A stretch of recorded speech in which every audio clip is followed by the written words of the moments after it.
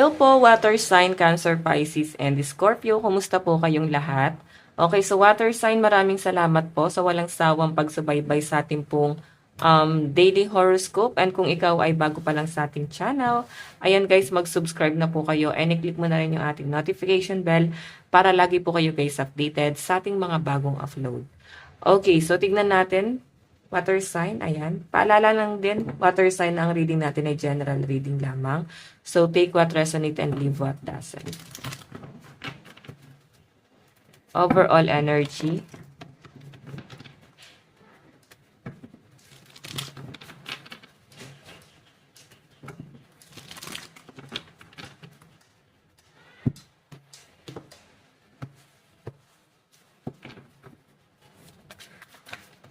Oops.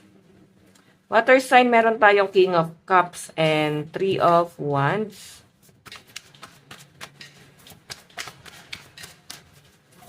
Overall energy. Meron tayong Three of Pentacles. Okay, yung bottom of the deck nyo guys is Wheel of Fortune, no? Ayan. Parang worth it yung pag-aantay, pagtsatsaga, pagtitiis ng mga water sign dito kasi merong magandang mangyayari, no? Lalo na yung iba sa inyo na dumanas ng matinding challenge. Sinubok talaga kayo guys na panahon, no? Sa pinapakita sa akin dito water sign, King of Cups, ayan, mahabang pasensya talaga yung binuno ng mga water sign. And mahabang pasensya. So, nakikita ko guys, grabe yung challenge na pinagdaanan nyo rito, no? Maaaring dumating din kayo, water sign, sa point na parang gusto niyo na guys sukuan kung ano man yung nilalaban mo ngayon. Okay? Gusto mo na sukuan kung ano man um, yung challenge eh. So, pwedeng sa trabaho, parang gusto niyo na guys na sumuko. Pwedeng sa relationship, pwedeng sumuko na kayo. Yung iba sa inyo guys, parang tinanggap nyo na lang na kung nasa ang sitwasyon ka ngayon is parang doon na lang talaga kayo. Parang ganon. Pero I think guys, parang biglang nagising ang mga water sign. Three of Wands, ayan, bigla kang tumayo dito. Dito kasi nakaupo ka pa eh. Parang tinanggap mo. Pero sa pinapakita sa akin guys, unti-unti ka nang nakakakita ng pag-asa.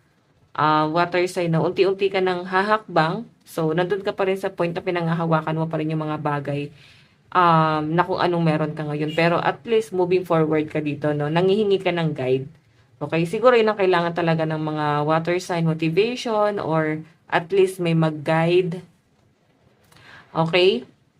So, pinapakita rin sa akin dito, water sign na, ayun no, ang daming challenge pa rin doon. Pero hindi siya guys kagaya ng mga challenge na nangyari sa inyo ngayon. So, doon guys, parang yung challenge na yun is parang gustong-gusto mo siyang mangyari kasi sobrang smooth lang, no? Kasi, pwede na yung challenge na ma-experience nyo pa doon sa lalakaran mo is may improvement naman na mangyayari sa inyo. Okay? Or, parang dahil dun sa bagay na yun is mag-i-improve ka. Parang ganyan. Malayo pa yung pwedeng marating ng mga water sign. So, water sign, stay put ka lang sa kung ano or nasan ka ngayon, okay? Malayo pa tong mararating mo. Meron tayo guys, Three of Pentacles. Okay, napakaganda nito guys kasi may pagkakaisa. So, maaaring may pagkakaisa sa inyo ng family, sa trabaho.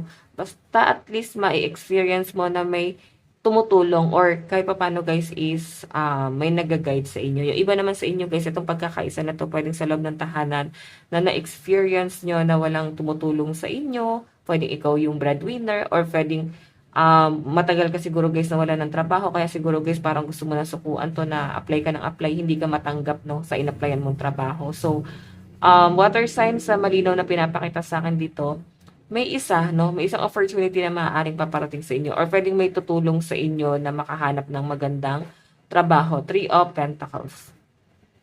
Okay? May tutulong sa inyo, water sign. And sa malinaw na pinapakita rin sa akin dito, guys, etong mga tutulong sa inyo na to is wala naman sila, guys, hinihiling na kapalit. So, I think water sign, ano lang talaga siya. May ano, ginaguide ka pa nila kung ano yung mga dapat mong gawin. Okay? Iba sa inyo, baka nagtitraining na ngayon. Ayan, nagtitraining na kayo sa, ayan, baka natanggap na kayo sa bagong trabaho. Okay, so napakaganda niyan kasi may tumutulong na or may pagkakaisa na. Pwedeng ikaw to kung matagal ka guys na wala ng trabaho. Pwedeng, ayan, thankful yung family mo kahit papano is may nagpo-provide na sa inyo, no? May tumutulong na. Okay?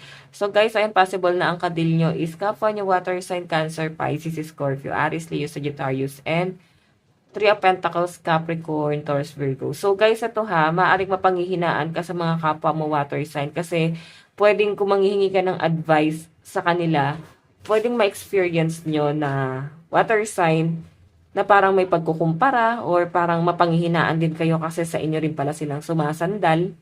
Okay, yung nagkaisa-isang nagiging sandalan nyo dito or motivation is yung mga fire sign, no? Pwedeng sila yung tumulong sa inyo na makaahon, ayan, na magkaroon ng goal sa buhay, na mag-set ng goal sa buhay, mga ganon. Dati kasi siguro nakontento na lang din yung mga water sign sa kung anong meron, no?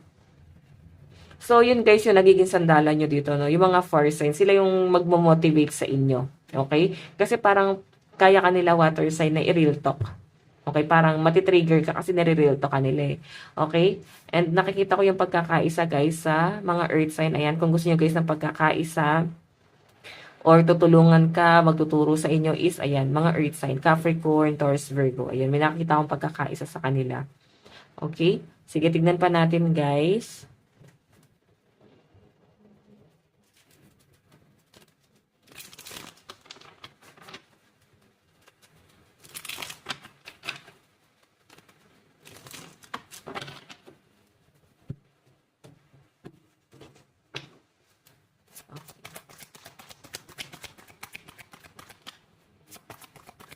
Additional message po kay water sign.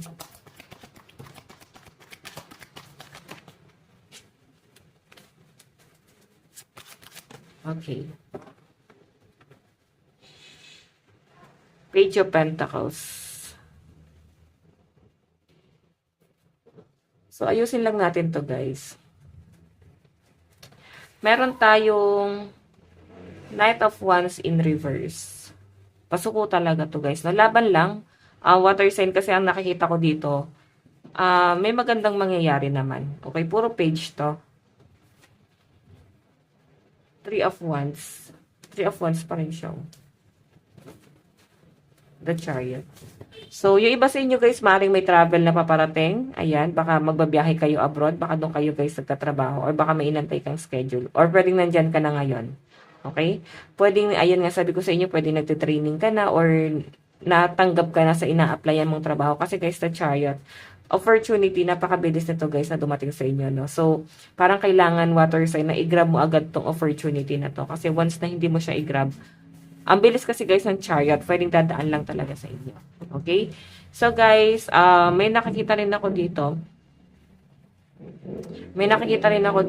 Water sign na King of Wands, maring meron kang isa sa mga passion mo or sa gusto mo na pwedeng inalis nyo na, no? Parang nilimitahan mo na. Okay? For example, mahilig ka sa gaming. So, baka meron kang console, baka binenta mo na lang siya, guys, no? Kasi mas pinili mo maging practical. So, example lang yan, guys. Okay? Pwedeng meron kang mga sinukuan dito na mga bagay na nagpapasaya muna sa inyo. So, parang mas pinili nyo muna, guys, maging practical. Ayan, no? King of Wands kasi, guys, in reverse, passionate. So, may sinuko kayo. Na parang hindi na, guys, naging pihikan yung mga water sign dito. Hindi na kayo, guys, alam mo, hindi ka na namili ng papasukin trabaho or yung ginagalawan mo ngayon is parang mas nagiging wise po kayo. Page of Swords, no? Mas magiging wise. Three of Wands, guys. Ito, guys, is parang opportunity na maaaring mafe-feel nyo yung pagkakaisa din talaga. Okay? So, maaaring sa mga bagong katrabaho, mafe-feel nyo water sign na magaan silang kasama.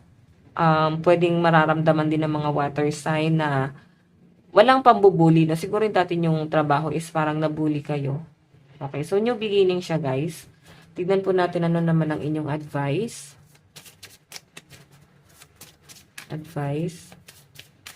Meron po tayong don't give up now. You are almost there. Diba? Huwag mo susukuan kung nasan ka ngayon kasi parang malapit na malapit ka na doon. Ayan. So guys, lucky number mo is 25 and 35. Ito lang po ang inyong reading. Water sign bukas ulit. God bless and love you all. Bye-bye.